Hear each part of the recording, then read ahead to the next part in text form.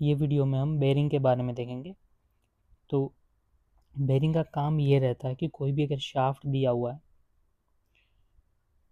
तो वो रोटेट करेगा, राइट, पर्टिकुलर आरपीएम से। तो जो स्ट्रक्चर रहता है जो ज़मीन से रहता है, जैसे यहाँ पर अगर ये स्ट्रक्चर है और ये शाफ्ट ऐसे दोनों साइड में स्ट्रक्चर है ऐसे,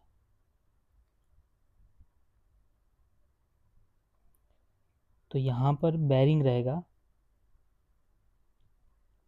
और बेरिंग काम ये करेगा कि लोड ट्रांसफ़र करेगा, जो कि रोटेटिंग शाफ्ट है उसका, जो कि स्टैटिक कंपोनेंट रहेगा, जो कि ज़मीन से जुड़ा रहेगा। तो बेरिंग का काम, ये बेरिंग ऐसा रहता है कि एक सर्कुलर रहता है और यहाँ पर हमारा शाफ्ट बीच में, मान लीजिए ये हमारा शाफ्ट है, तो यहाँ से हम देख रहे हैं ये सेंट्रल लाइन है, तो यहाँ पर ये बॉल्स रहेंगे या फिर रोलर्स रहेंगे ताकि फ्रिक्शन कम हो, और ये हमारा आउटर केसिंग हो जाएगा। तो हमारा जो बेरिंग रहेगा वो ये वाला पोर्शन रहेगा और हमारा शाफ्ट ये वाला है जो कि रोटेट करेगा। तो इन दोनों के बीच में ये सर्कुलर बॉल्स है ताकि पॉइंट कांटेक्ट हो। भाई ये रोलर भी हो सकते हैं, लाइन कांटेक्ट होगा, अगर रोलर होगा तो ऐसे साइड से दिखेगा रोलर्स, सारे से रोलर्स ऐसे रहेंगे। अगर बॉल है तो ये स्फेरिकल बॉल्स रहेंगे। तो ये वाला इनर साइड वाला एलिमेंट रोटेट करेगा और बाहर वाला स्टैटिक रहेगा। तो बेरिंग का काम ये होता है कि फ्रिक्शन को कम करना। तो ये पर्टिकुलर टाइप ऑफ बेरिंग है वो बॉल या रोलर बॉल बेरिंग है। तो इसमें भी दो टाइप रहते हैं, हाइड्रोस्टैटिक और हाइड्रोडायनामिक। तो जो हाइड्रोस्टैटिक वाला पार्ट है उसमें हम पंप लगाते हैं और एक्सटर्नल प्रेशर देते हैं ताकि यहाँ पर लुब्रिकेशन, बीच में बेरिंग के बीच में लुब्रिकेशन रहे सब जगह पर। और हाइड्रोडायनामिक में क्या होता है, वो पर्टिकुलर केस अलग रहता है जिसमें एक शाफ्ट जो रहता है, जैसे ये बेरिंग होगा तो उसके अंदर ऐसे शाफ्ट रहेगा और बॉल वगैरह कुछ नहीं रहेगा, और यहाँ पर जो शाफ्ट रोटेट करेगा उसकी वजह से यहाँ पर एक लुब्रिकेशन की लेयर आ जाएगी ऑटोमेटिकली। तो उसको बोलते हैं हाइड्रोडायनामिक। तो एक्सटर्नल पंप से हम हाइड्रोस्टैटिक प्रेशर देते हैं और हाइड्रोडायनामिक में ऑटोमेटिकली आरपीएम जो है शाफ्ट का, उसकी वजह से लुब्रिकेशन की फिल्म आ जाती है। अभी जो हमको मोस्टली न्यूमेरिकल्स पूछे जाते हैं गेट एग्ज़ाम में, वो है लोड लाइफ रिलेशन के। इसका मैं सिंपल फॉर्मूला एकदम L10 equal to C divided by P whole raise to N। अब यहाँ पर सारे टर्म्स को हम देखेंगे। जो L10 है वो है 1 मिलियन रिवोल्यूशन, उसका यूनिट है।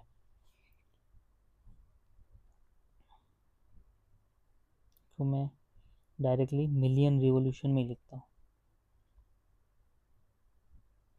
ठीक है। अगर ये L10 का वैल्यू अगर 5 रहेगा तो उसका मतलब है 5 million revolution, bearing 5 million revolution करेगा। और जो C है वो है डायनामिक लोड कैरिंग कैपेसिटी। तो ये बेरिंग का स्पेसिफिक रहता है, ये डायनामिक लोड बेरिंग कैपेसिटी है। और जो P है वो हमारा एक्सटर्नल लोड अप्लाइड है, एक्सटर्नल लोड अप्लाइड। जैसे ये हमारा बेरिंग है और बीच में हमारा शाफ्ट रहेगा, और यहाँ पर बीच में रोलर्स रहेंगे। तो शाफ्ट का जो भी लोड रहेगा वो जाएगा बेरिंग पे, तो वो लोड हो जाएगा P, जो कि ये है। तो एक्सटर्नल जितना हम लोड शाफ्ट पे लोड करते, जैसे ये शाफ्ट था, यहाँ पर मान लीजिए एक रोटेटिंग गियर है, तो ये गियर का वेट और ये शाफ्ट का वेट वो सभी बेरिंग्स पे जाएगा, दोनों बेरिंग्स पे। तो वो हमारा एक्सटर्नल लोड हो गया P, एक पर्टिकुलर बेरिंग पे P/2 जाएगा। लेकिन यहाँ पर हम मानते हैं P जो लोड है वो पर्टिकुलर एक बेरिंग पे जा रहा है, ठीक है। तो ये फॉर्मूले में हमने P डिफाइन कर लिया। C है वो डायनामिक लोड कैरिंग कैपेसिटी है, मतलब कि जब L10 की वैल्यू 1 मिलियन रिवोल्यूशन होगी तब हमको सी का डिफाइन करना है। तो हम अगर ये फॉर्मूला जो है L10 इक्वल टू 1 लेते हैं तो C divided by P raise to n, तो यहाँ से हमारा जो C आता है वो बराबर आता है P के। मतलब हम कितना लोड देंगे कि पर्टिकुलर रोलर जो है वो 1 मिलियन रिवोल्यूशन करेगा, तो जो हम लोड देंगे उसी की वैल्यू है C। तो पर्टिकुलर मान लीजिए ये बेरिंग है, उसका 1 मिलियन रिवोल्यूशन वो 100 न्यूटन पे आ रहा है, तो वो C का वैल्यू हो जाएगा। तो C इज इक्वल टू 100 हो जाएगा, 100 न्यूटन। अगर हम फिर 200 न्यूटन देंगे तो आप देखिए L10 जो है वो 100 divided by 200 whole raise to n, तो ये 1 मिलियन से ये कम हो जाएगा। ये जो इसका लाइफ रहेगा वो 1 मिलियन से कम हो जाएगा। तो वो पॉइंट पे जहाँ पे 1 मिलियन रिवोल्यूशन, वो पॉइंट पे जो हम लोड जो है उसको हम C डिफाइन करते हैं। अब यहाँ पर हम देखते हैं ये फॉर्मूला वापस से, C divided by P raise to n। तो यहाँ पर जो n है वो 3 रहेगा बॉल बेरिंग के लिए, और n जो है वो 10 डिवाइड बाई 3 रहेगा रोलर बेरिंग के लिए। तो बॉल बेरिंग के लिए हमारा सिंपल फॉर्मूला N10 का C divided by P whole raise to 3 हो जाएगा, और रोलर के लिए L10 is equal to C divided by P whole raise to 10/3। तो क्वेश्चन में C दिया रहेगा, हो सकता है क्वेश्चन में P भी दिया रहे। हम L10 फाइंड कर सकते हैं कि वो बेरिंग जो है वो अपनी 90% जो लोड है उसमें से 90% जो बेरिंग उसकी लाइफ तक पहुंच जाएगा,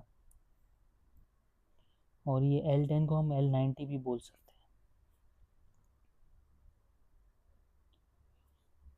अभी ये तो एकदम सिंपल फॉर्मूला था। यहाँ पर अगर आपको P भी पूछ ले, बोल दे कि L10 जब 10 मिलियन रिवोल्यूशन के लिए कितना हमको लोड लेना पड़ेगा, C क्वेश्चन में दिया रहेगा, तो डायरेक्टली हम लिख सकते हैं L10 इक्वल टू 10, क्योंकि ये 10 मिलियन है। C मान लीजिए 100 दिया है, तो P divided by 3 ball bearing के लिए। तो यहाँ से डायरेक्टली हम P निकाल सकते हैं। तो P अगर हम C से छोटा देंगे, मीन्स ये 100 पे 1 मिलियन रिवोल्यूशन है, तो P अगर हम कम लेंगे तब जाके ये 10 मिलियन रिवोल्यूशन तक जा पाएगा। तो ये सिंपल सा 1 या 2 मार्क का न्यूमेरिकल पूछा जाता है। अभी जो दूसरे टाइप का बेरिंग है वो हम लेंगे जर्नल बेरिंग। तो पहला था जो हमने देखा ये, उसमें हमारे यहाँ पे एलिमेंट्स थे जो कि रोटेट करते थे और फ्रिक्शन को कम करते थे।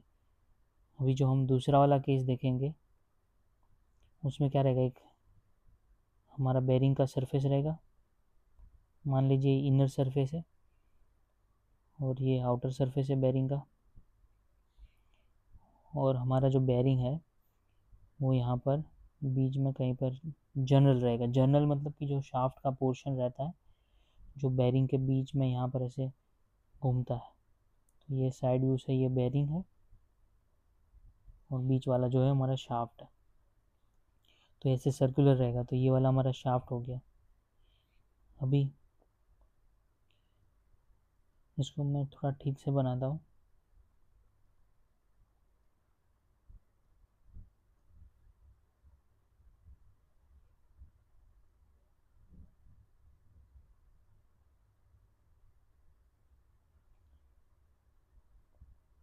ये हमारा बेरिंग का इनर सरफेस है और ये हमारा जर्नल है इनसाइड वाला जो है, जो कि शाफ्ट है। अभी वो मैं यहाँ पर ज़्यादा स्केल दिखा रहा हूँ ताकि हमको सारे डायमेंशंस पता लगे। तो यहाँ से अगर हम डायमेंशन देखें तो सेंटर पॉइंट बड़े जो बेरिंग है बड़ा सर्कल उसका ये रहेगा और उसका रेडियस कैपिटल आर रहेगा। जो हमारा जर्नल है उसका छोटा आर रहेगा, स्मॉल आर। यहाँ पर अगर मैं ठीक से ड्रॉ करता हूँ, ये वाला स्मॉल आर रहेगा, और इन दोनों के बीच में जो गैप रहेगा, ये वाला गैप, उसको हम बोलेंगे एच नॉट। ये वाला पॉइंट जो है वो शाफ्ट का सेंटर है, ओ डैश, और ये वाला है वो बेरिंग का सेंटर है। तो यहाँ पे आप देखिए दोनों के बीच में कुछ इसेंट्रिसिटी है, यहाँ से लेके यहाँ तक। ये इसेंट्रिसिटी को मैं ई बोल दूँगा, और ये जो शाफ्ट है वो पर्टिकुलर डायरेक्शन में रोटेट कर रहा होगा, और यह पूरा जो है एरिया वो लुब्रिकेशन से भरा रहेगा। अब हम इसके कैलकुलेशन वाले पार्ट में जाते हैं। तो पहला होता है रेडियल क्लियरेंस। तो पहला जो टर्म है वो है रेडियल क्लियरेंस। सी से हम डिफाइन करते हैं, वो रहता है capital R minus small r. इसको मैं रेडियल क्लियरेंस लिखता, रेडियल क्लियरेंस। तो रेडियल क्लियरेंस वो capital R minus small r रहेगा। जो दूसरा टर्म है वो डायमेट्रल क्लियरेंस है, इसको हम capital D minus small D या फिर 2 टाइम्स आर माइनस आर लिख सकते हैं। तो ये हो गया 2 टाइम्स सी। अभी जो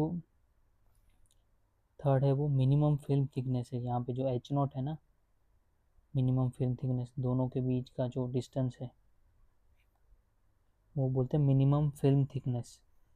तो वो रहता है R minus r means radial clearance minus eccentricity. यहाँ से आप कैलकुलेट कर सकते हैं कि ये पूरा कैपिटल आर है, ये इसेंट्रिसिटी, रेडियस और एच नॉट, ये तीनों का सम जो रहेगा वो कैपिटल आर रहेगा। यहाँ पे देखिए ये एच नॉट, रेडियस और इसेंट्रिसिटी, ये तीनों का जो सम रहेगा वो कैपिटल आर रहेगा। तो वहाँ से ये फॉर्मूला आ जाएगा। तो इसको हम डायरेक्टली लिख सकते हैं सी माइनस ई। अभी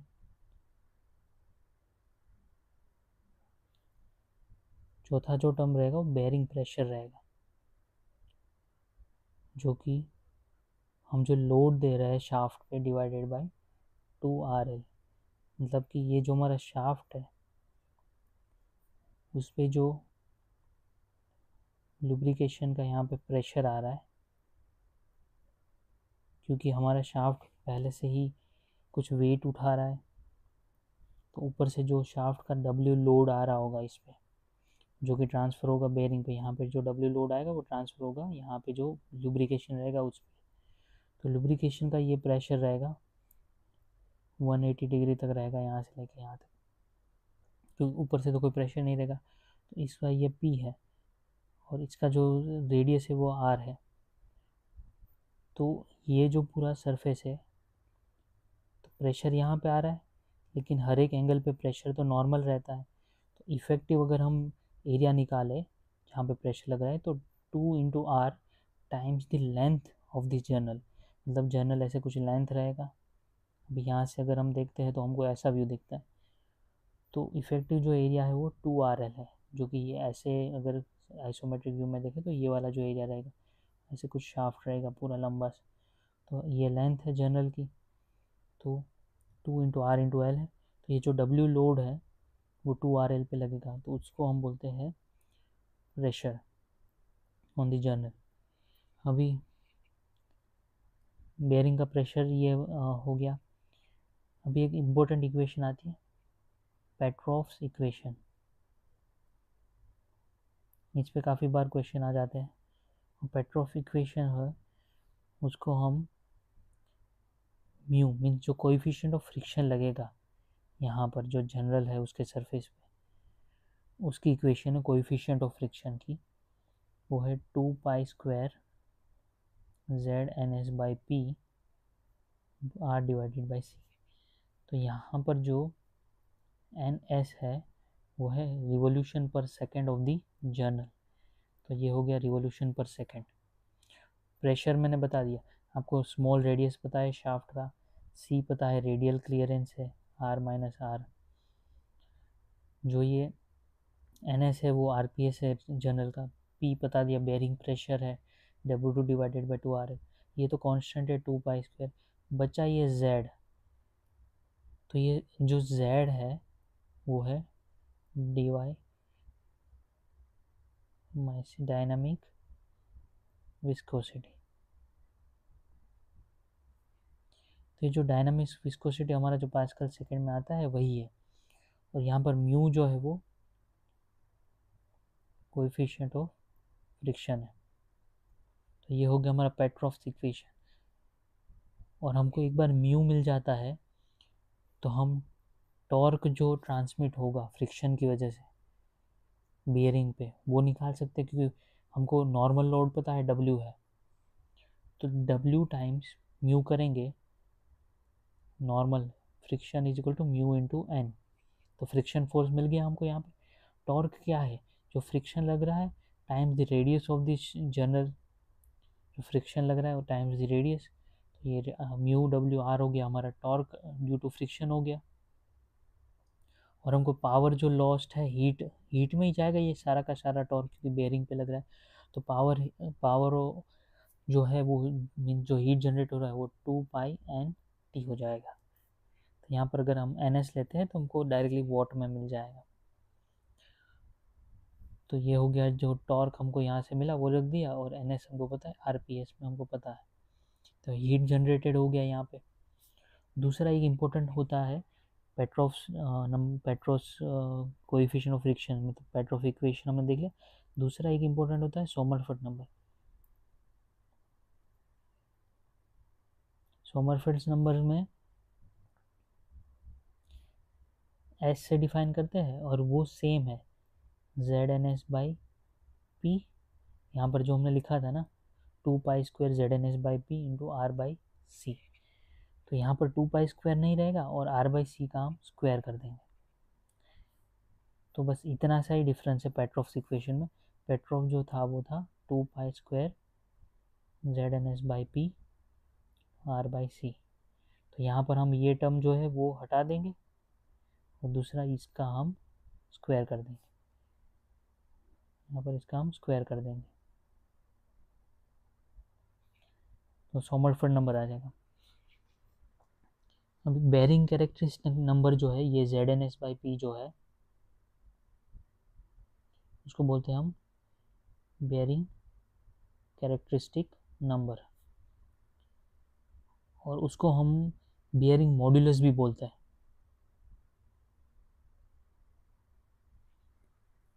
और इसको हम डिफाइन करते हैं बीटा से। तो bearing modulus, bearing characteristic number सबको ZNS बाई P से डिफाइन करते हैं।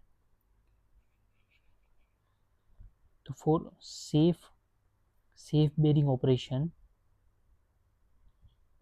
जो बीटा की वैल्यू रहती है मीन ZNS बाई P की, वो 3 बीटा से लेके 15 बीटा के बीच में होनी चाहिए। मीन्स 3 बीटा से 15 बीटा के बीच में हमको ऑपरेट करना है, ठीक है। तो यही कुछ फॉर्मूलाज है इसमें। पेट्रोफ्स और सोमरफेल्ड नंबर जो है वो ज़्यादा इंपॉर्टेंट है। बाकी ये वाला जो L10 वाला इक्वेशन है रेटेड लाइफ का, वो भी बहुत ज़्यादा इंपॉर्टेंट है। बहुत ही सिंपल कंसेप्ट है, इतना ही हमको बेयरिंग के लिए याद रखना है। जो टाइप्स ऑफ बेयरिंग ये वगैरह जो है वो गेट एग्जाम में थियरिटिकल पोर्शन नहीं आता इतना, तो उस पर अगर हम फोकस नहीं करते तो भी हमारा काम बन जाएगा। तो ये छोटे से फॉर्मूलाज याद रख लें, हम एक कंसेप्ट अपना क्लियर कर सकते हैं, और अगर क्वेश्चन आ जाता है तो इजीली बन जाएगा। बस इसका फंडामेंटल है कि इसका जो यूनिट है वो हमको याद रखना है L10 का, कि वो मिलियन रिवोल्यूशन में यूनिट है। मतलब L10 अगर 5 है तो उसका मतलब 5 मिलियन रिवोल्यूशन। और C और P का यूनिट सेम है जो कि लोड का यूनिट रहता है। और बस दो वैल्यूज़ याद रखने, बॉल बेयरिंग के लिए 3 और रोलर बेयरिंग के लिए 10 डिवाइड बाई 3। तो ये था बेयरिंग का। देखते हैं अगले वीडियो में नया concept. So thank you for watching this video. See you in the next.